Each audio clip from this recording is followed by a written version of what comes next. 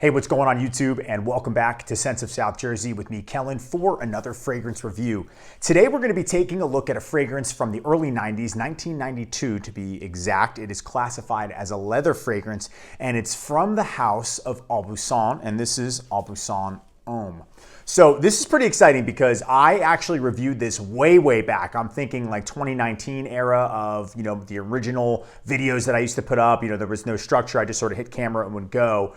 And I had like a 30 ml. So it was really cool to rediscover this one. That 30 ml I parted ways with a long time ago. And I said to myself, hey, you know what? Let me bring this back. Let me try it. And I'm so happy that I did too. So what we're gonna do, as we always do in all of my individual fragrance reviews, is break down the fragrance into 5 parts. We're gonna take a look at the box and bottle presentation. I'm gonna go over the fragrance's notes, tell you which ones I could pick up on the most, if any. I'll go over the fragrance's performance based on my experience wearing the fragrance and go over my thoughts, and then of course my overall rating. Guys, before we jump into the video, you know what to do. If it's your first time here, make sure to subscribe. If you're a frequent viewer and you haven't subscribed yet, please go ahead and do so. The channel is growing and I can't thank you all enough for all the support over the years. And if you have an Instagram, check out the Scents of South Jersey Instagram page for news and updates on the channel, photos of fragrances from my collection, a way to contact me, daily scent of the day post, and then of course when the newest videos are gonna drop. If you are looking to purchase any fragrances directly from my collection, the link to my Mercari page is in the description.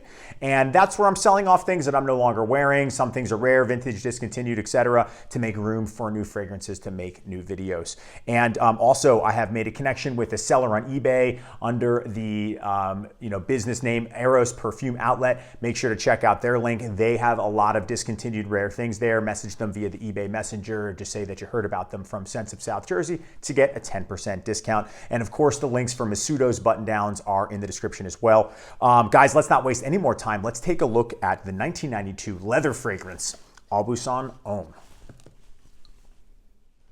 All right, guys, let's start things off with the presentation. Let's take a look at the box. This box, the color scheme, extremely 90s. Let's zoom in. You can sort of see this like stone, desert tan, khaki almost, but darker, sort of just, color scheme that it has. Aubusson Homme, you got the size and the concentration, Aubusson Parfums, and you can see there, it's where it says 100 ml. And then it's got this green streak that goes down the middle with what looks like a propeller and the center there. And Aubusson still makes fragrances. They have some like more inexpensive, cheaper ones that are way more modern smelling, sort of like shower gel, sporty fragrances. You get them at Marshall's or TJ Maxx. They come in a 4-pack. Then they have these random ones that are, because at my rack stores now everything's all locked up. So if you ever want to see the loose ones, Aubusson Homme is one. They have one. I know it's yellow juice. It's called Aviator, but that makes me think: do they have any affiliation with any sort of aerial, aviation company of any sort? Because why it looks like a propeller on the top there. That green streak continues to wrap around, and you got the Aubusson logo as well. And on the back, same thing: logo, Parfums Aubusson. Some address there, made in France, brand information, and on the bottom you've got the barcode and that batch code. Batch code looks like it's a little scrubbed off, but it's there. You open it up, same type of color scheme on the inside, and it has the French wrapper. But let's take a look at the bottle, which I absolutely love. That frosted green glass, really nice, and the same type of color here on the top. Plastic, a little cheap looking cap. You can see that logo's on the cap, and on the bottom here, you can see that as well. So, you can hold it by the cap, but it does come off easily, so I wouldn't recommend it. Sort of cheap looking sprayer. Cap is hollow. You could bend it. It's, really thin metal. Let's get the distribution out here. Decent sprayer, not the best. It actually wasn't working there for a second, so I had to redo this portion so I didn't look like a goofball. But sort of still looks like a propeller, right? Like, I wonder if that's the angle that they were going for too. So interesting presentation for Aubusson Homme. Okay, let's talk about the notes for the 1992 release by the House of Aubusson. This is Aubusson Homme. And guys, there's a lot of notes. Again, 1992, not too far removed from the 80s, so they had a lot of notes, so bear with me here. In the top, we have mandarin orange, juniper berries, artemisia, green notes, aldehydes, basil, and lemon. And then in the middle or heart of the fragrance, we've got fir, cinnamon, cyclamen, geranium, jasmine, and carnation. And then in the base of the fragrance, we've got patchouli, oak moss, labdanum, leather, amber, sandalwood, and musk. So Guys, that's a lot going on, right? Can I detect all of them? Of course not. But what I can detect is definitely green notes in the top. And then I also get fir and cinnamon, that sort of like, denser pine fir, balsam fir, and cinnamon. And then I get oak moss, I get amber, I do get sandalwood, and I do get musk. So there's a lot of notes in there, but that's just sort of what stands out to me, woodsy sort of scent. In terms of the note breakdown, there's a lot going on there, but very interesting. Like something that, lemon, mandarin orange, don't get that. I do not get that at all, but it is in there too. So I always find that fascinating how note breakdowns, when you put all these different things together and how they actually come out when they're actually made. Like I don't really get, this is not a citrus forward scent at all. And it's considered a leather scent, but I don't get much leather either, which I find interesting. Okay, so as far as the performance goes for the 1992 release from the house of Aubusson, it's Aubusson Homme. This is sort of like an undercover good performer, right? It's not going to be beast mode, not going to super project out like 10 feet from your body. Not that anybody can tell that or measure that anyway, but it does last a long time, especially on clothing. But like when I think it's gone and I think, oh, maybe it's a skin scent or I have to smell my shirt, that's when I'll start getting whiffs of it in the air. And that's probably, I think, when it's at its best part. I wore this going skiing. I wore this to work. I wear this all different types of places. I have a couple other bottles, smaller ones here, 50 ml that I put a big dent in. But, the performance is pretty good. I definitely think you're going to get into that 6 to 8 hour range, maybe more. But the cool thing about this one is that when you thought it was done, it keeps coming back. Okay, so it's time for my overall thoughts on Aubusson Homme by Parfums Aubusson.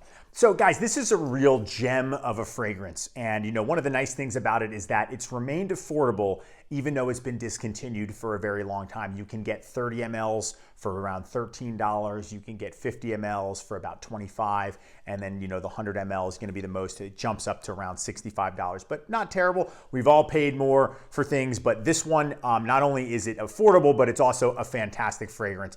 It's interesting, and this fragrance is kind of stuck between two parallels, two eras of fragrances that are starting to divide, but it's right in the beginning of that since it's 1992. So you have the 80s powerhouse era is sort of coming to an end, and the early 90s, there's a mix of powerhouse, but they're starting to lean fresher. And then as we know, in the mid 90s, 95, 96, you have the fragrances like Issey Miyake, Acqua di Gio, Jean Paul Gaultier's Le Male. All of those are going to become fresher, right? But this one has got a little bit of both. It's got that woodsy, musk, oak moss, green, fir, cinnamon. Those are all heavier notes. But then there's this green streak in it. Once it dries down, the green notes show up, it brightens it up. And that's what I love to smell in the air. And it's funny, I call it a green streak just like on the box. It's almost like a tell. Was that a sign? The green streak amongst all the other dark colored, brown, cinnamon, fall type of colors. I don't know. Colors describe scents when you're reviewing fragrances, I guess. But that's the thing that I love. And the dry down, when you get the hints of that in the air, when you smell your shirt the next day, it's one of the most pleasant. It smells just like, hey, like, wow, this person's wearing a fragrance, and it's really good. And the thing about this one is that it doesn't go too heavy or too much in either direction. That's why I said it's sort of stuck in the middle. It's perfect for fall, winter, springtime, and a daily wear. Some people might think it's a little bit too heavy in the summertime. However, I believe you probably could pull this off all year round. Again, the green streak brightens it up, and it's not like a super heavy or suffocating fragrance. It's perfect in performance, right? It hits on all points. It smells awesome, and this is something that it stands out a lot. And the cinnamon note, a lot of people I've read that they get an apple pie vibe from this one. And I don't really get that. It's more so woodsy, clean, and it's almost like green dryer sheet clean in the dry down. So like it's just so nice, especially when you smell it in the air. But that mixture of that greenness, that fresh greenness, brightness along with sort of underneath the woods and the cinnamon is what makes this super unique. I've also read that many people compare it to Balenciaga Pour Homme when it comes to the dry down. I also don't get that. Balenciaga is way more complex, way deeper, richer. This one is more subdued than that too, but itself is an amazing scent. It's like maybe a Balenciaga Pour Homme Eau Fresh Sport or something like that. That's one way you could take a look at it, but I don't think they're a one-to-one comparison at all. This one is much lighter and brighter, but it's an absolutely fantastic fragrance, and it's a great representation of what was going on in men's fragrance in the early 90s. Okay, guys, it's time for my overall ratings for Aubusson Homme by Parfums Aubusson too. So presentation, I love it. I love the box. I love the bottle. The cap and the sprayer are a little dinky, but so I'll ding it 2 points for that because it was malfunctioning and then I had to pump the sprayer a little bit to get it going again, and now it's perfectly fine. So 8 out of 10 for the presentation. As far as the performance goes, like I said, from what I'm really noticing it between that 6 and 8 hours, and for the cost of this fragrance, even though it's discontinued, that's really good. 7 out of 10 for the performance right in the middle between 6 and 8 hours. And as far as the scent goes, again, I was impressed by it. I like it so much better than what I did when I originally reviewed it. And I sort of attribute that to buying one of those low fill 30 mLs. If you see that big gap in there, that means oxygen has got there. Pay the extra couple bucks, get the 50 ml, get the 100 ml because it was much better preserved and it smells amazing too. So again, we're going to go an 8.5 out of 10 for the scent. I absolutely love it, which is going to bring the overall rating from me for Aubusson Homme by Parfums Aubusson, the 1992 leather fragrance for men, to a 7.5 out of 10.